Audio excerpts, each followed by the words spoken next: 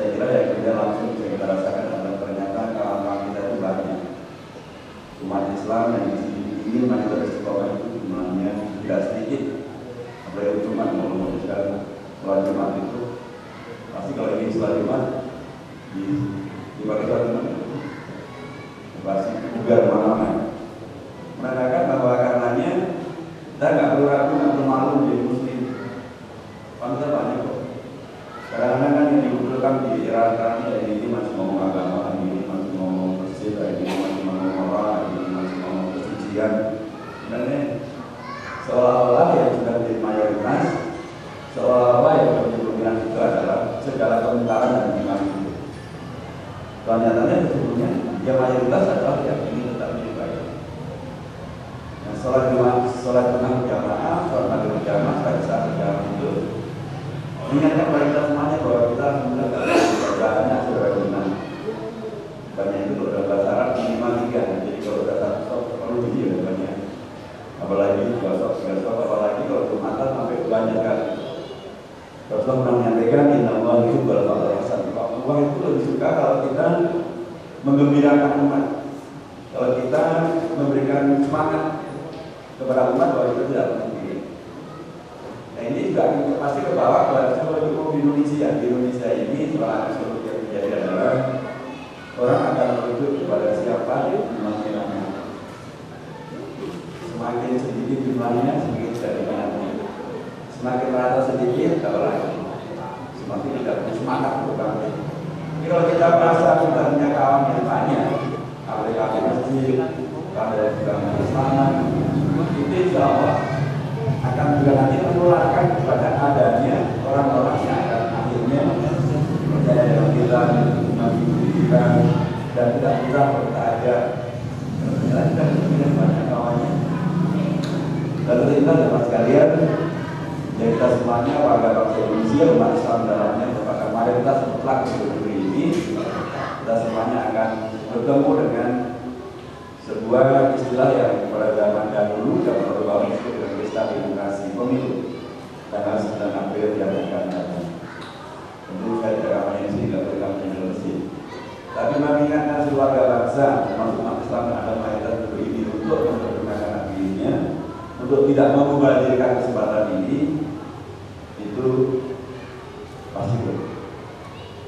Dan karenanya kalau umat Islam menyadari bahwa ini ada negeri yang mayoritas penduduk beragama Islam. Ini ada negeri yang kalau kita bicara tentang kebangkitan nasional, yang kemudian menghadirkan kebangkitan Indonesia, kemerdekaan Indonesia, seringkali informasinya tidak utuh. Seringkali yang disebut adalah kebangkitan nasional itu dimulai dengan berdirinya Budi Utomo 20 Mei tahun 1900. Benarkah demikian? Saya berani mengatakan dan bukti secara yang konkret itu tidak benar. Mengapa tidak benar?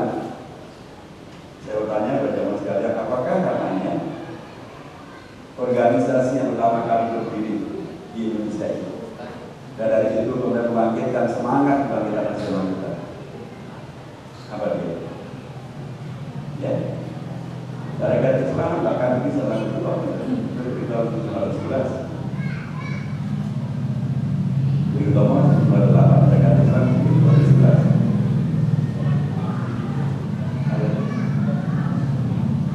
Maka saya itu 1900 berapa? Sebelum itu apa?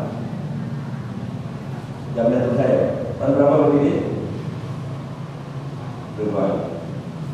Jam jatuh saya betul jawabannya. Tapi tahun berapa? Jawabannya cerdas adalah sebelum 1908. Tapi tahun berapa kan dia berdiskusi? Ya, kan Jakarta Pusat juga ada sama-sama. Dan itu dari kita Jakarta Pusat juga. Sejarah Jakarta Pusat ini. Saya dari Prambanan, tahu sejarah tempat saya Jakarta lupa. Saya dari Prambanan, kalian Jawa Tengah. Pertama ketika itu saya, ini ada sebuah sejarah yang luar biasa di Jakarta Pusat tentang Kemajuan Jatuh saya, yang memang jarang diangkat dan jarang dibuka dan harus kita lakukan. Tahun berapa? Kira? Ya udah deh, saya selalu mengatakan saya masa dari DPR, dari Dewan Rakyat, selain itu aja kita bisa mewakili.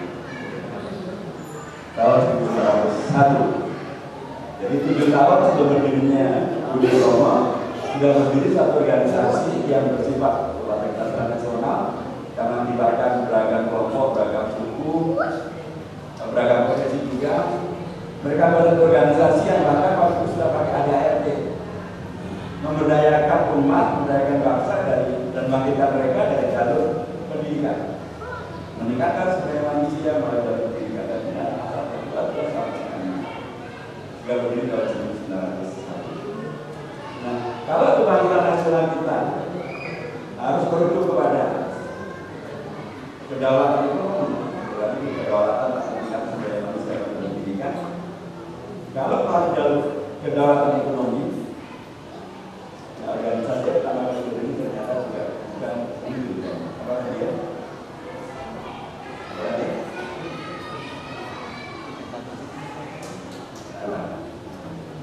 Saya dikatakan satu tentara mereka berdiri.